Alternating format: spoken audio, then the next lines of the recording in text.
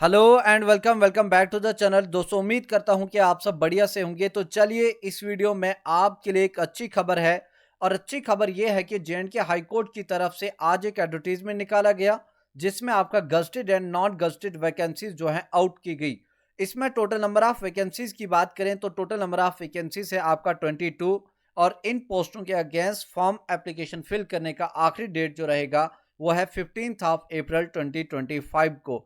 कौन सी वैकेंसीज कौन सी पोस्ट, उसके लिए क्या सिलेक्शन क्राइटेरिया रहेगा, एजुकेशन क्वालिफिकेशन क्या रहेगा, किस तरीके से आपका सिलेबस क्या रहेगा, एज क्या रहेगा, सारी की सारी जानकारी दूंगा मैं आपको इस वीडियो में। लेकिन जानकारी देने से पहले आपसे छोटी सी रिक्वेस्ट है कि अगर आप इस चैनल पर नए आए हैं तो प्लीज चैनल को सब्सक्राइब करें। वीडियो अगर अच्छा लगा वीडियो को लाइक और अपने दोस्तों के साथ इस वीडियो को ज्यादा से ज्यादा शेयर करें। तो चलिए शुरू करते हैं। सबसे पहले आप देखेंगे ये जो मैंने नोटिफिकेशन निकाला है ये एकदम से ऑफिशियल है। आप इसमें देख सकते हैं ये निकाला गया है high court of Jammu and Kashmir and Ladakh की तरफ से। इसका एडवर्टीजमेंट नोटिस नंबर है आपका 1/2025 और ये निकाला गया डेट है आपका 19 मार्च 2025 को। सब्जेक्ट की बात करें तो इसमें बताया गया कि एडवर्टीजमेंट जो निकाला गया वो निकाला गया है आपका different categories gazetted and non gazetted vacancies के लिए कहां पे रहेगा in the high court of Jammu and Kashmir and Ladakh. Online application fill करने की बात करें तो ये लगना शुरू हो जाएंगे आपका 25 मार्च 2025 से। लास्ट डेट ऑफ सबमिशन इसका रहेगा 15 अप्रैल 2025 और लास्ट डेट आपका सबमिशन ऑफ ऑनलाइन फी जो रहेगा वो भी रहेगा 15 अप्रैल 2025।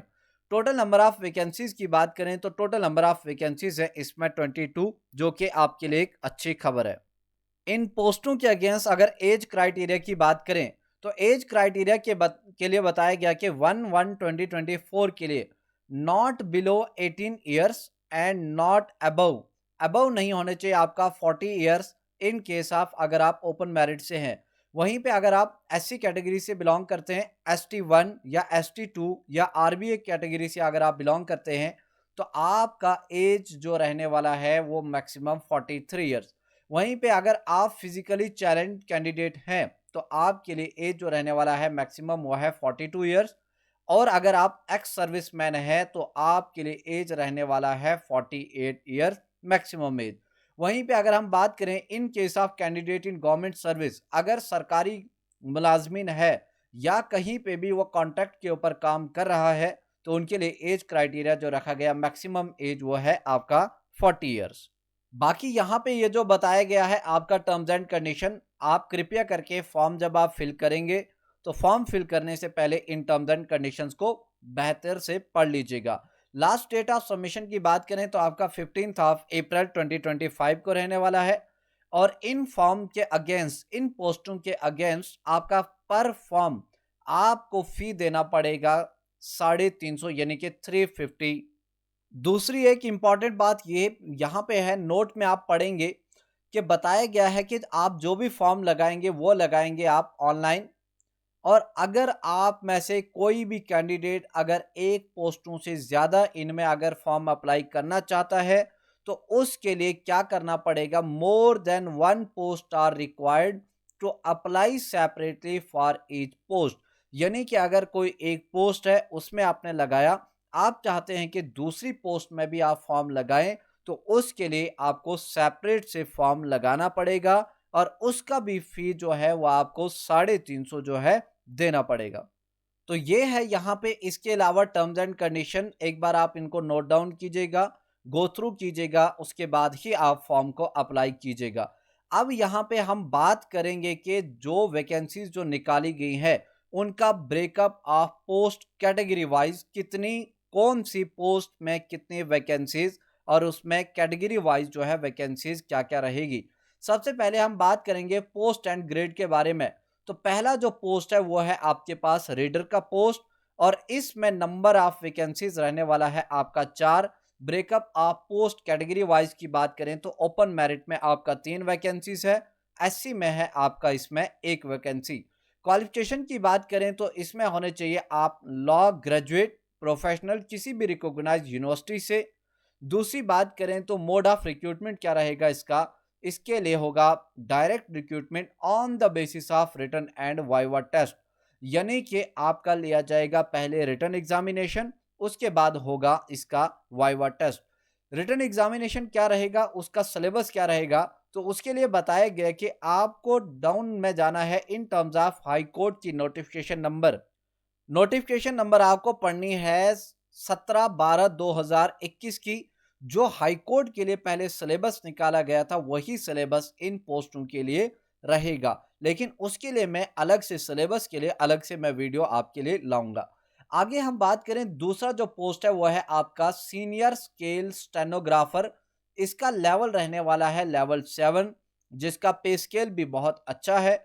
इसमें नंबर ऑफ वैकेंसीज हैं 2, और कैटेगरी वाइज की बात करें तो एससी में है 1 पोस्ट और एसटी 2 में है आपका 1 पोस्ट। इसकी अगर क्वालिफिकेशन की बात करें तो कोई भी कैंडिडेट जो ग्रेजुएट है किसी भी रिकॉग्नाइज्ड यूनिवर्सिटी से, या उसने डिप्लोमा अगर किया है स्टेनोग्राफी में, तो वो इस पोस्ट के अगेंस्ट जो है वो अप्लाई कर सकता है। आगे हम बात करेंगे कि इसका जो सिलेक्शन प्रोसेस है वो किस तरीके से होगा।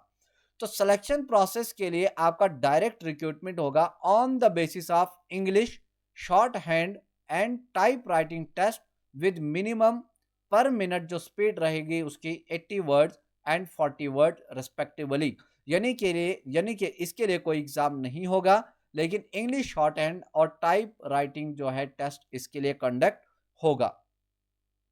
अगली वैकेंसी की बात करें तो अगला वैकेंसी है आपके पास जूनियर स्केल स्टेनोग्राफर, और इसका जो लेवल रहने वाला है वह है लेवल 6 की है वैकेंसीज, जिसका पे स्केल शुरू होगा 35,000 से। इसमें नंबर ऑफ वैकेंसीज हैं सिर्फ एक, और एक ही जो वैकेंसी है ये रहने वाला है ST1 कैटेगरी के लिए। और एजुकेशन क्वालिफिकेशन की बात करें तो अगर आप ग्रेजुएट हैं किसी भी रिकॉग्नाइज्ड यूनिवर्सिटी से और आपके पास अगर डिप्लोमा है स्टेनोग्राफी में, तो आप इस पोस्ट के अगेंस्ट अप्लाई कर सकते हैं। दूसरा यहाँ पे बताया गया है कि आपके पास 6 महीने के सर्टिफिकेट कोर्स होना चाहिए किसी भी कंप्यूटर की एप्लीकेशन में किसी भी रिकॉग्नाइज्ड इंस्टीट्यूशन का। दूसरी, इसके लिए सिलेक्शन प्रोसेस क्या रहा होगा, इसके लिए भी होगा आपका direct recruitment on the basis of English short hand, और आपका टाइप राइटिंग टेस्ट होगा, और जिसमें आपकी मिनिमम पर मिनट स्पीड होनी चाहिए 70 वर्ड एंड आपका 35 वर्ड रिस्पेक्टिवली। अगली पोस्ट की बात करें तो अगला जो वैकेंसी है वो है आपका ट्रांसलेटर।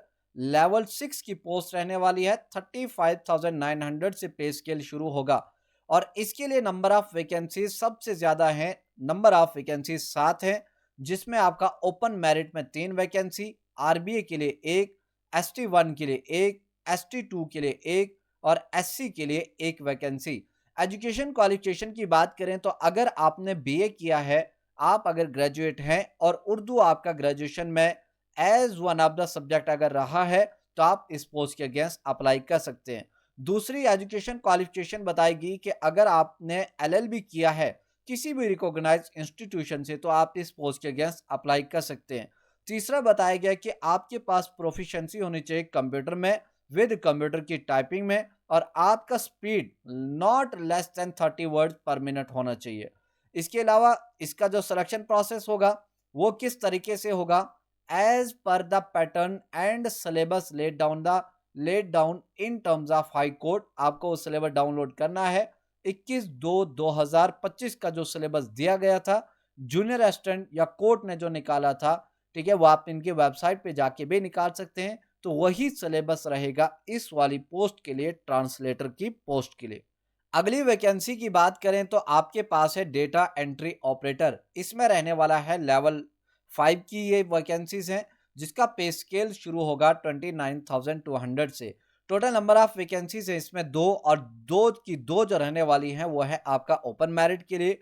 एजुकेशन क्वालिफिकेशन की बात करें तो कम से कम आप ग्रेजुएट होने चाहिए किसी भी रिकॉग्नाइज्ड यूनिवर्सिटी से। इसके अलावा आपके पास डिप्लोमा होना चाहिए किसी भी कंप्यूटर की एप्लीकेशन में। अगर ये सब आपके पास नहीं है, तो अगर आपने BCA किया है किसी भी रिकॉग्नाइज्ड इंस्टीट्यूशन से, तो आप इस पोस्ट के अगेंस्ट अप्लाई कर सकते हैं। इसके लिए सिलेक्शन प्रोसेस क्या रहेगा, डायरेक्ट रिक्रूटमेंट होगा as per the pattern syllabus, और सिलेबस के हिसाब से, और इसका क्या होगा, आपका रिटन एग्जामिनेशन होगा। तो रिटन एग्जामिनेशन के लिए आप सिलेबस डाउनलोड कीजिएगा और इसके लिए जो सिलेबस दिया गया आपका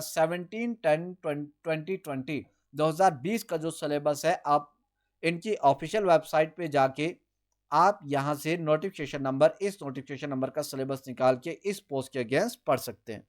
आगे बात करेंगे आखिरी पोस्ट, तो वह है आपका कंप्यूटर ऑपरेटर लेवल 4 की वैकेंसी रहने वाली और इसका पे स्केल शुरू होगा 25,500 से। इसमें टोटल नंबर ऑफ वैकेंसीज हैं 4, जिसमें से ओपन मेरिट के लिए रहने वाली हैं 3 और ST2 के लिए रहने वाली है number of vacancy 1। Education qualification की बात करें तो आप होने चाहिए ग्रेजुएट किसी भी यूनिवर्सिटी से और आपके पास होना चाहिए डिप्लोमा किसी भी कंप्यूटर की एप्लीकेशन का। अगर ये सब आपके पास नहीं है, तो अगर आपने BCA किया है किसी भी रिकॉग्नाइज्ड गवर्नमेंट इंस्टीट्यूशन से, तो आप इस पोस्ट के अगेंस्ट अप्लाई कर सकते हो। सिलेक्शन क्राइटेरिया क्या रहेगा, इसके लिए होगा आपका एग्जाम के लिए जो सिलेबस है, सिलेबस क्या रहेगा आपका 17/10/2020 का जो आप नोटिफिकेशन पढ़ेंगे इनकी ऑफिशियल वेबसाइट पे जाके वहां से सिलेबस डाउनलोड कीजिए और वहां से आपको सिलेबस जो है हासिल हो जाएगा। आगे एक और पोस्ट है, आखिरी पोस्ट है, दैट इज आपका डेवलपर, जिसका लेवल रहने वाला है 4 और इसका पे स्केल शुरू होने वाला है 25,500 से। इसमें नंबर ऑफ वैकेंसी है सिर्फ आपका एक, और एक जो वैकेंसी है वो है रहेगा ओपन मेरिट के लिए। और इसके लिए एजुकेशन क्वालिफिकेशन की बात करें तो अगर आपने BE किया है या आपने BTech किया है या आपने MSc किया है या MC किया है या इसके अलावा अगर आपने IT किया है इलेक्ट्रॉनिक्स में, तो आप इस पोस्ट के अगेंस्ट अप्लाई कर सकते हो। इसके अलावा डेवलपर के लिए बताया गया कि आपके पास कम से कम 3 सालों का एक्सपीरियंस होना चाहिए इन सॉफ्टवेयर डेवलपमेंट इन आपका PHP यानी कि hyper text pre processor, plus इसके अलावा पोस्ट ग्रिस्क या ऑब्लिक करके माई SQL इन्वायरमेंट, अगर ये आपने किया है, इसका एक्सपीरियंस है, तो आप इस पोस्ट के अगेंस्ट अप्लाई कर सकते हो। बाकी रहा सिलेक्शन क्राइटेरिया की बात इस पोस्ट के अगेंस्ट, तो इसके लिए जो सिलेबस है वो आप डाउनलोड करेंगे, आपका प्रॉपर तरीके से रिटन टेस्ट होगा और सिलेबस जो बताया गया 19/3/2024 अवेलेबल होगा आपका कोर्ट की वेबसाइट के ऊपर। वेबसाइट के ऊपर आप जाके यहाँ से आप डाउनलोड कर सकते हैं। एक और वैकेंसी है और ये है आखिरी वैकेंसी, दैट इज आपका कंपोजिटर। ये रहने वाला है लेवल 2 की वैकेंसीज और इसके लिए आपका पे स्केल जो शुरू होगा 19,900 से। टोटल नंबर ऑफ वैकेंसी है इसमें एक, और एक जो वैकेंसी रहेगा वो रहेगा आपका फॉर ओपन मेरिट के लिए। एजुकेशन क्वालिफिकेशन की बात करें तो आप होने चाहिए कम से कम ग्रेजुएट किसी भी रिकॉग्नाइज्ड इंस्टीट्यूशन से। इसके अलावा मिनिमम 1 साल का सर्टिफिकेट होना चाहिए आपको किसी भी कोर्स में या डिप्लोमा आपका कंप्यूटर एप्लीकेशन में। नोट यहाँ पे बताया गया कि अगर किसी के पास पोजेसिंग क्वालिफिकेशन नहीं है, तो बैचलर्स ऑफ कंप्यूटर में अगर किसी ने डिप्लोमा किया है या एप्लीकेशन में या कंप्यूटर साइंस में या आपका BTech किया है या इसके अलावा IT किया है या कोई भी कंप्यूटर के रिलेटेड अगर आपके पास डिग्री है, तो आप इस पोस्ट के अगेंस्ट अप्लाई कर सकते हो। इसके लिए सिलेक्शन प्रोसेस की बात करें तो डायरेक्ट रिक्रूटमेंट होगा एज पर सिलेक्शन क्राइटेरिया, और इसके लिए जो सिलेबस निकाला गया वो होगा आपका 10/2/2025 जो अवेलेबल होगा कोर्ट की वेबसाइट के ऊपर। तो यहाँ पे हो जाती हैं टोटल नंबर ऑफ 22 वैकेंसीज जो हैं, इनके बारे में मैंने बता दिया। अगर किसी को कोई दिक्कत होगी तो आप हमें कमेंट सेक्शन में ज़रूर बताइए, हमारी टेक्निकल टीम ज़रूर आपके सवालों का रिप्लाई देगी। तो ये रहा आज का एक इम्पॉर्टेंट अपडेट। उम्मीद करता हूँ कि आपको सारी जानकारी हासिल हुई होगी। तो वीडियो अगर अच्छा लगा तो वीडियो को ज़रूर अपने दोस्तों के साथ ज़्यादा से ज़्यादा शेयर कीजिएगा, और अगर कोई दिक्कत होगी तो हमें कमेंट सेक्शन में ज़रूर बताइएगा। वीडियो देखने के लिए थैंक यू सो मच। मिलेंगे अगले एक शानदार सी वीडियो में।